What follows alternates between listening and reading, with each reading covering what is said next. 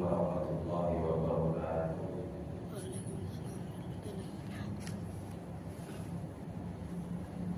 Bismillah, alhamdulillah, wassalatu wassalamu ala rasulillah Sayyidina Muhammad bin Abdillah wa ala alihi wa sahbihi wa man tabi'a sunnatahu wa jama'atahu ila yaumil qiyamah. Pada sore hari ini kita akan mengaji kitab Hidayah karangannya Imam Al-Ghazali, di mana kitab Hidayah ini menjelaskan tentang tata cara atau etika-etika kita untuk membersihkan diri kita sebagai bentuk ketaatan kepada Allah Subhanahu wa Ta'ala. Jadi intinya di dalam kitab Hidayah ini hanya menjelaskan tentang dua poin besar, yaitu tentang bagaimana kita menjalankan perintah-perintah Allah dan menjauhi larangan-larangan yang dalam hal ini diistilahkan dengan istilah taat. Jadi kita dengan jumlah sekitar 66 halaman. 66 halaman ini dia hanya membahas tentang taat kepada Allah. Tapi di sini Imam Ghazali menggunakan istilah-istilah dan bahasa-bahasa yang sangat mudah untuk dipahami. Makanya kitab Hidayah ini menjadi salah satu kitab tasawuf yang yang bisa dipahami oleh berbagai tingkatan, baik masyarakat awam maupun jadi kalangan para kiai, para ustaz dan para ulama.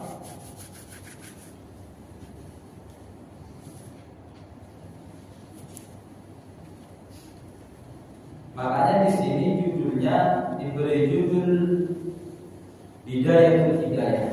Jadi awal dari untuk mendapatkan hidayah, langkah-langkah awal permulaan, tata cara permulaan untuk bagaimana kita mendapatkan hidayah atau petunjuk dari Allah.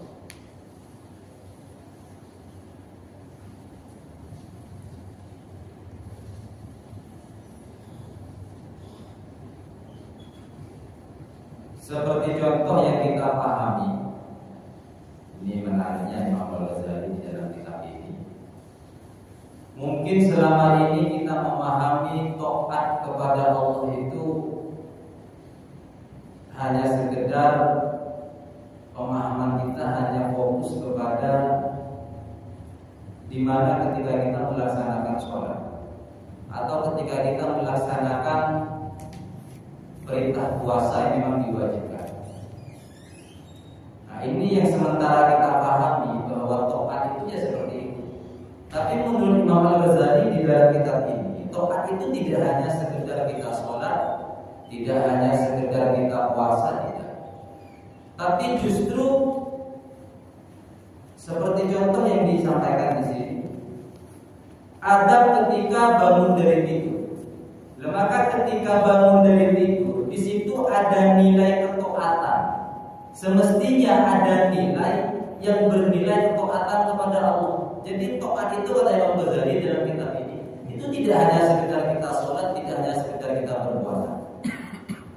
Jadi orang bangun tidur, bagaimana di sini juga ada adab dukhulul khala, tata cara masuk ke kamar mandi.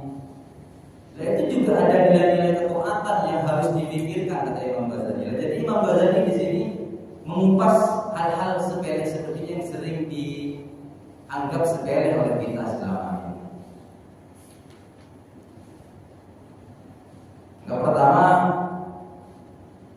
ya kita berharap tentunya bagaimana dengan mengaji kitab kita itu hidayah ini juga menjadi perantara, menjadi wasilah bagaimana kita mendapatkan hidayah dari Allah Subhanahu wa taala. Ila hadratin Nabi Mustafa Muhammad sallallahu alaihi wasallam menjadi nabi al-mursalin wa alihi washabihi wa tabi'in, semua khususnya ila hadal musannif Imam Ghazali rahimahullah taala wa bihi al-Fatihah.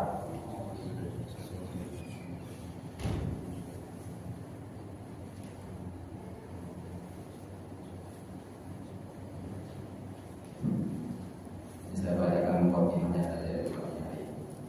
Bismillahirrahmanirrahim. Qala Syekh al-Imam al-Alim al-Allamah Hujjatul Islam wa barakatul anam Abu Hamid Muhammad bin Muhammad al-Ghazali at-Tusi qaddasallahu ruhahu wa nawwara dari'ahu amin.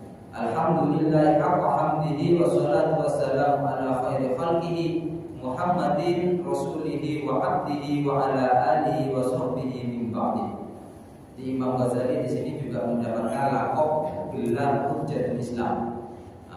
Gelar Hujjatul Islam itu berarti banyak menguasai sunnah dan begitu mudahnya mempresentasikan tentang sunnah.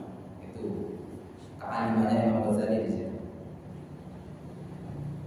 Amma ba'du fa'lam. Jadi kita ngaji hidayah ini sekarang niatkan belajar mengaji kepada dengan pemikiran atau tausiah-tausiahnya Imam Ghazali di dalam kitab Hidayah. Amma ba'du fa'lam, ketahuilah ayyuhal haris,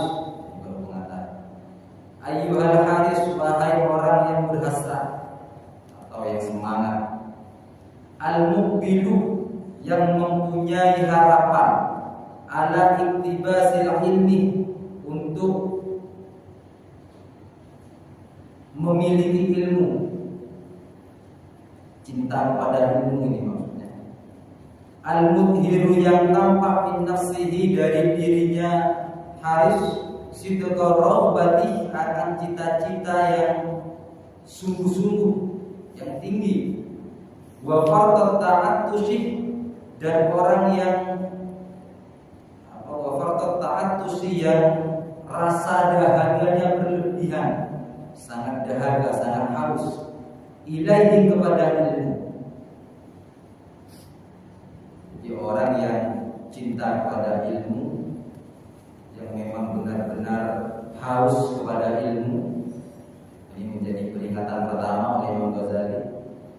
Annaka, sesungguhnya engkau, in kunta taqsidu, jika ada tujuanmu, bitalabil ilmi, di dalam mencari ilmu atau dengan mencari ilmu, al-munafasatah, kepada rivalitas atau persaingan, perlombaan, wal mubahatah, dan kemegahan-kemegahan, wa taqaddumah, dan ingin diutamakan atau ingin dijadikan orang atau dianggap oleh orang lain, alal aqrani, di kalangan teman-temanmu, wastimala wujuhin nasi, dan menarik perhatian manusia ilaika, kepadamu, viral, ini menjadi viral.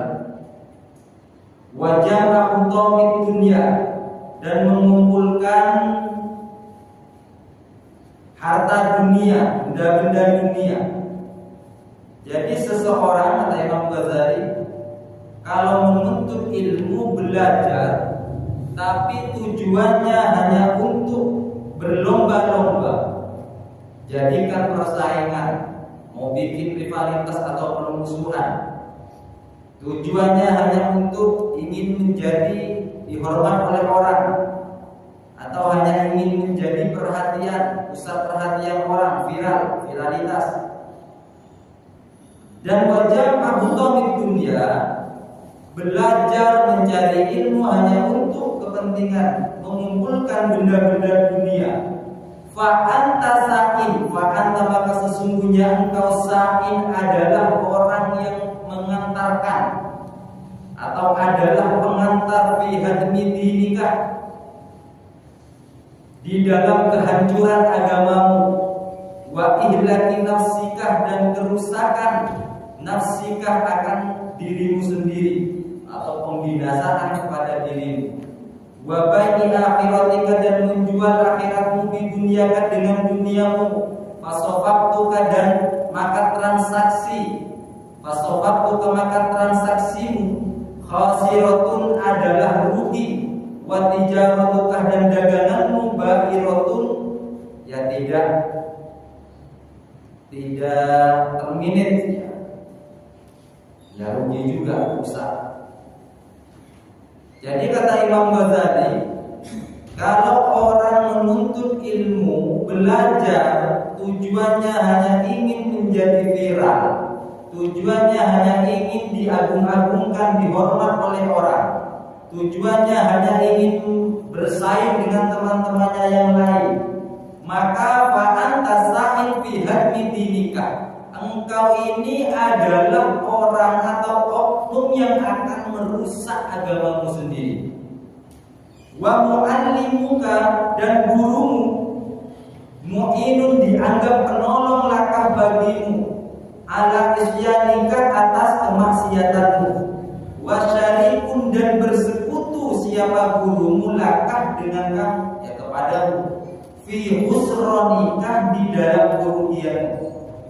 Jadi yang rugi bukan hanya orang yang sedang mencari ilmu saja, tapi gurunya juga akan merasakan kerugian dan juga akan dianggap sebagai penolong atau pembantu di dalam melakukan kemaksiatan yang dilakukan oleh seorang pelajar atau seseorang yang menuntut ilmu, tapi tujuannya hanya untuk kepentingan dunia.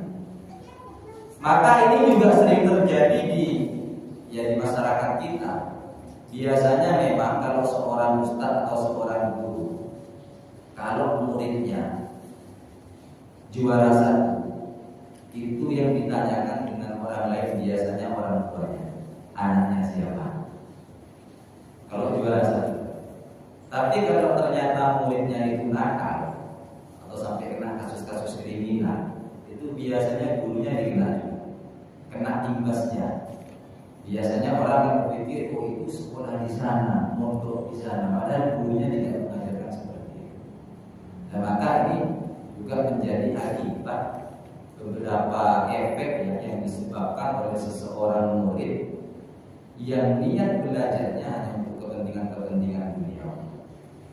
Dan ini oleh Imam Ghazali dinilai sebagai kemaksiatan. Ya, konsekuensi resiko dari seorang guru memang harus seperti itu. Makanya di sini wasyarikun laka fi usronika, maka guru itu juga akan dianggap sekutumu. Ini baru mukadimah, baru pengantar.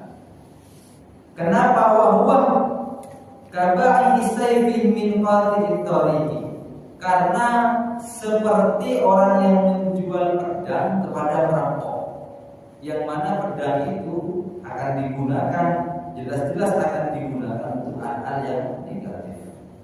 Kama qala sallallahu alaihi wasallam, sebagaimana sabda Rasulullah sallallahu alaihi wasallam, man a'ana ala maksiatin, man adapun orang a'ana yang menolong ala maksiatin, atas kemaksiatan, walau bisyatri kalimatin, walaupun separuh kalimat, karena ada siapa mensyarikan hanya sekutu lahu atas maksiat itu, fiha, karena ada syarikan hanya sekutu lahu atas fiha, di dalam maksiat.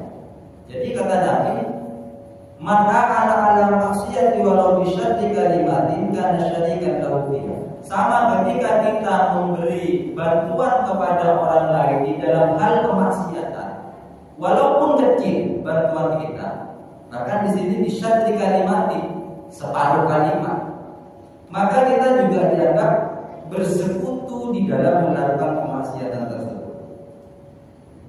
Wa in kana niyatuka, dan jika niat kamu mencari ilmu, wa qasduka, dan tujuanmu bainaka wa bainallahi ta'ala, untuk mencari ridhonya Allah Ta'ala, min talabil ilmi, di dalam menuntut ilmu, al-hidayatah, bertujuan untuk mendapatkan hidayah, duna mujarradir riwayati, tidak hanya sekedar pintar atau pandai berbicara.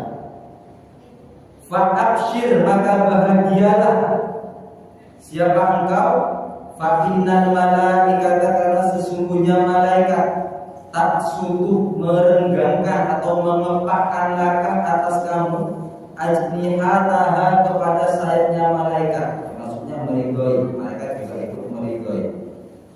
Artinya kalau orang belajar terutama urusan agama memang niatnya lillahi ta'ala, untuk mendapatkan ridho Allah Ta'ala, maka kata Imam Ghazali, berbahagialah engkau karena malaikat juga akan yang meridhoi juga. Idza masyaita, ketika engkau berjalan, wa hitan al-bahri, dan ikan di laut, ikan laut, tastaghfiru, akan memohonkan ampunan laka bagimu, idza sa'aita, jika engkau jalan.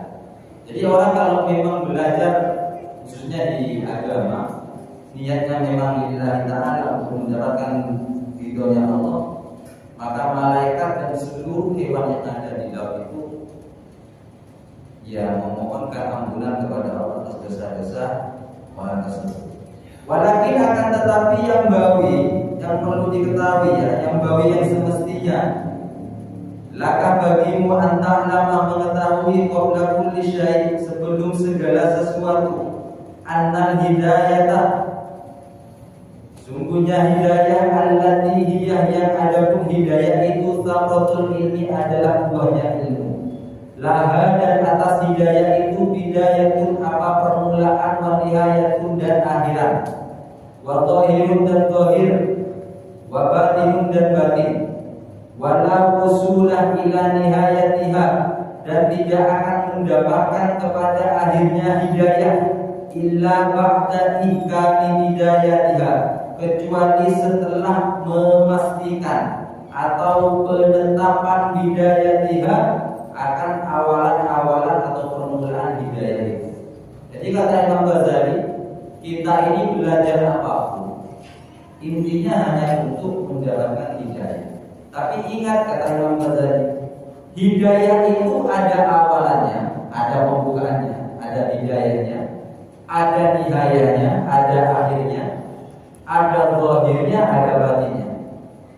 Dan mustahil wala usul ila nihayatiha, orang tidak akan mencapai akhir hidayah illa ba'da ihkami bidayatiha, jika tidak dimulai dari awalnya dulu, dari permulaan hidayah. Nah, ini sudah agak merujuk penjelasannya Imam Ghazali. Jadi kitab Bidayatul, kenapa ini dikasih judul Bidayatul Hidayah? Karena kitab ini mengupas tentang bagaimana kita akan mendapatkan hidayah dari Allah. Wala kathura, dan tidak akan menyelami ala batiniha, atas batinnya hidayah, illa ba'dal wuqufi ala zahiriha, kecuali setelah mengetahui ala zahiriha, atas zahir-zahirnya hidayah.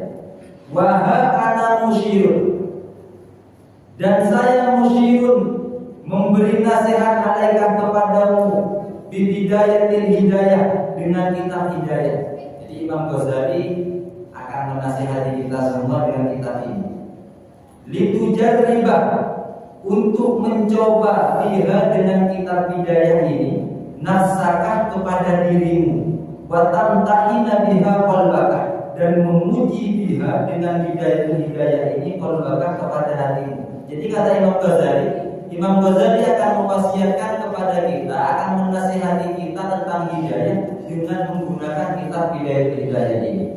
Ini sekaligus menjadi barometer, menjadi tolak ukur bagi kita, menjadi ujian bagi kita, apakah selama ini kita sudah sesuai dengan ini, atau kitab ini isinya nanti menarik atau tidak bagi kita. Ini ujiannya.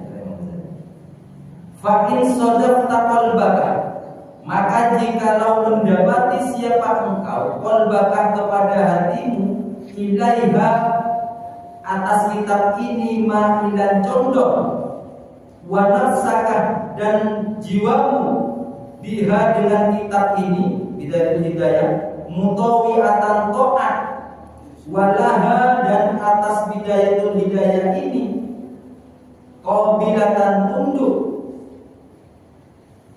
fadunaka itu dimaknai kita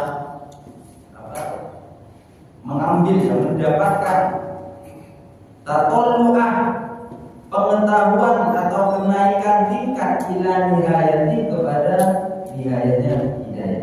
Jadi kata Imam Ghazali, kalau kitab ini, kalau hati kita ketika mengaji kitab ini condong kepada kitab ini dan setuju, artinya ini merasa cocok kitab ini, maka kata Imam Ghazali, fadunaka tatollu'ah ila nihayat, kita akan mendapatkan kenaikan tingkat kepada fase atau kelas berikutnya.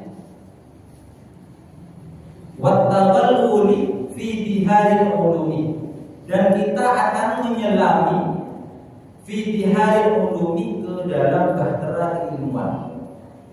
Wa in sadaqta qalbaka, dan jikalau mendapati siapa engkau qalbaka kepada hatimu, inda muwajahatika, ketika dihadapkan dengan ketika dihadapkan siapa engkau, menghadapkan siapa engkau iyaha kepada kitab bidayatul hidayah, biha dengan kitab ini musawwifan wa bil amali bi muqtadaha, musawwifan hanya menunda-nunda, wa bil amali dan dengan amal bi muqtadaha,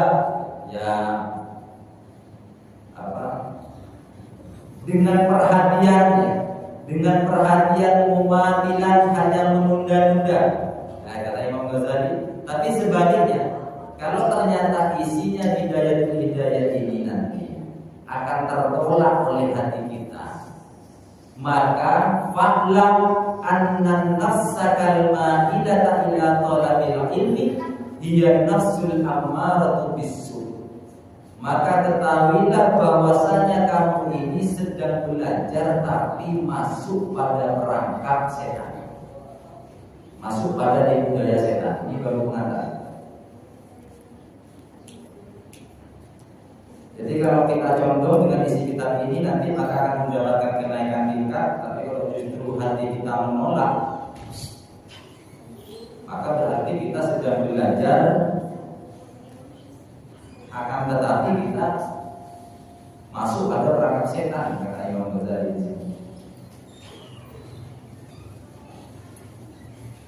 Waqadin tahadat mutiatan, waqadin tahadat, dan sungguh bangkit mutiatan hanya tokat lisyaitani untuk setan, al-la'ini yang laknat, liyudliyaka untuk menunjukkan kepada engkau bihabli bururihi, kepada tipu dayanya, fayastadrijaka, dan mengantarkan kepadamu bimakidatihi, kepada tipu muslihatnya, dengan tipu muslihatnya syaitan, ila ghamratil halaki, kepada kebinasaan, ila ghamratil halaki, kepada kebinasaan.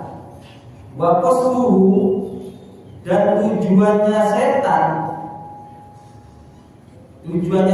itu memang ayyurawija, menyebarkan alaikah kepadamu asyarrah, akan kebaikan, atau mengumumkan akan kebaikan, akan keburukan, fi ma'ridil khairi, dalam bentuk kebaikan. Jadi kalau hati kita menolak, jadi kalau ternyata isinya hidayah itu tidak cocok, maka kamu sedang belajar, tapi kamu sedang belajar dalam bawah atau dalam naungan setan, dalam kendali setan. Karena memang tipu daya setan itu luar biasa. Makanya di sini alaika syarra bi maqdil khair, menunjukkan keburukan tapi dibingkis atau dibingkai dengan kebaikan. Setan itu memang rata-rata seperti itu memang sudah perilakunya setan. Makanya yang menarik itu Setan itu kan wa izayyana lahum syaitanu a'malahum. Salah satu strateginya setan memang menjadikan segala perbuatan yang buruk atau bahkan perbuatan yang dosa itu dikemas dengan kebaikan-kebaikan atau dengan kebaikan, dikemas dengan keindahan-keindahan. Maka sampai sekarang tidak ada ceritanya perbuatan dosa itu yang tidak enak. Semua itu pasti enak. Perbuatan dosa apapun. Saya sering menantang orang sebutkan perbuatan dosa satu saja. Contoh perbuatan dosa yang tidak enak. Tidak ada yang bisa jawab. Kenapa? Karena kenyataannya semua perbuatan dosa itu enak memang. Siapapun orang pasti menyadari hal itu. Baik alim, kiai, ustadz, ya semua. Yang namanya hal kemaksiatan atau perbuatan dosa pasti enak. Dan ini memang strateginya setan. Kenapa? Karena ketika dengan keindahan, dengan dibungkusnya kemaksiatan itu menjadi hal-hal yang enak, kita ini akan kepincut, akan terpengaruh kita. Apa saja akan tertarik kita untuk melakukan perbuatan-perbuatan itu. Lah ketika kita tertarik, ada rasa ketertarikan untuk melakukan perbuatan dosa yang sudah dibingkis dengan kenikmatan-kenikmatan oleh setan, maka di sini tidak mau tidak muncul keraguan di dalam diri kita. Orang melakukan perbuatan dosa, Anda tidak harus mengaku sekali, tapi dirasakan ingat-ingat sendiri. Ketika Anda melakukan perbuatan dosa, pasti masih ada kekhawatiran di dalam diri ini. Mau dilakukan apa enggak? Kalau ternyata perlakuan dosa itu mengambil hak orang, kita khawatir ini orangnya bisa tahu nggak kalau saya ambil? Pasti ada keraguan seperti itu. Nah, momen-momen seperti ini, momen-momen keraguan seperti ini benar-benar dimanfaatkan oleh setan. Maka ketika seseorang ragu untuk melakukan perbuatan maksiat, perbuatan dosa, setan ini membisiki. Apa kata setan? La ghaliba lakumul yawma minan nasi inni jalulakum. Kamu tidak perlu takut sama manusia, aku yang akan menjadi penolongmu. Nah, ini untuk mendukung kepada manusia agar manusia melakukan kemaksiatan atau perbuatan dosa. Lah, maka dari itu, karena adanya bisikan-bisikan, bahkan jaminan-jaminan dari setan, bahwasanya kata setan, la ghaliba lakumul yawma minan nas. Kamu tidak perlu takut kepada manusia, kata setan. Inni jalulakum. Saya akan menjadi pelindung dan penolongmu. Lah ketika kita manusia ini benar-benar melakukan perbuatan dosa itu, ternyata setan ini licik. Setan ini ternyata sikapnya nakaso ala akibai, kabur, pindah dari kita sudah. Jadi yang pertama, awalnya setan ini menjelaskan, memberikan jaminan, ayo lakukan perbuatan-perbuatan dosa, lakukan perbuatan-perbuatan maksiat. La ghaliba lakumul yawma minan nas. Kamu gak perlu takut sama orang. Gak perlu kamu takut. Ini jalulakum, aku yang akan menjadi penolong dan pelindung. Nah, tapi ketika kita memang sudah benar-benar terpengaruh oleh bisikan ini, dan kita benar-benar melakukan perbuatan dosa itu, maka setan nakasohana akibatnya. Setan itu tidak. Terus setan berkata, ini bari'un minkum. Saya tidak bertanggung jawab. Saya sudah tidak mau ikut-ikut. Itu urusan kamu dengan Allah. Ini kan liciknya setan di sini. Awal-awal dia memberikan jaminan, aku yang akan menolongmu, lakukan saja, aku yang melindungimu. Ternyata tidak dilakukan. Ini bari'un minkum, kata setan, kata iblis. Saya sudah tidak mau ikut-ikut. Kenapa? Karena ternyata kita harusnya tersinggung ya dengan setan itu. Ini di Al-Quran. Ternyata tingkat ketakwaan kepada Allah itu manusia ini kalah dengan setan. Betul. Setan itu kalau dibanding dengan manusia, dengan kita ini, tingkat takwanya atau takutnya kepada Allah itu luar biasa, Pak. Kalah manusia ini. Tapi memang setan seperti itu orangnya. Sikapnya memang seperti itu. Zalim memang. Tapi ini saya bicara masalah ketakwaan kepada Allah Taala. Makanya di Al-Quran ini, di ayat ini setan memberikan isyarat. Ini bari ummiku, saya berpisah dari kamu, saya tidak ikut. Kamu melakukan dosa, melakukan maksiat, urusan kamu dengan Allah. Kenapa? Ini yang Allah. Setan itu takut ternyata pengakuannya kepada Allah. Dan kenapa saya tadi mengatakan bahwa tingkat ketakwaan atau tingkat ketakutan setan kepada Allah itu lebih tinggi daripada kita manusia biasa? Karena wajar.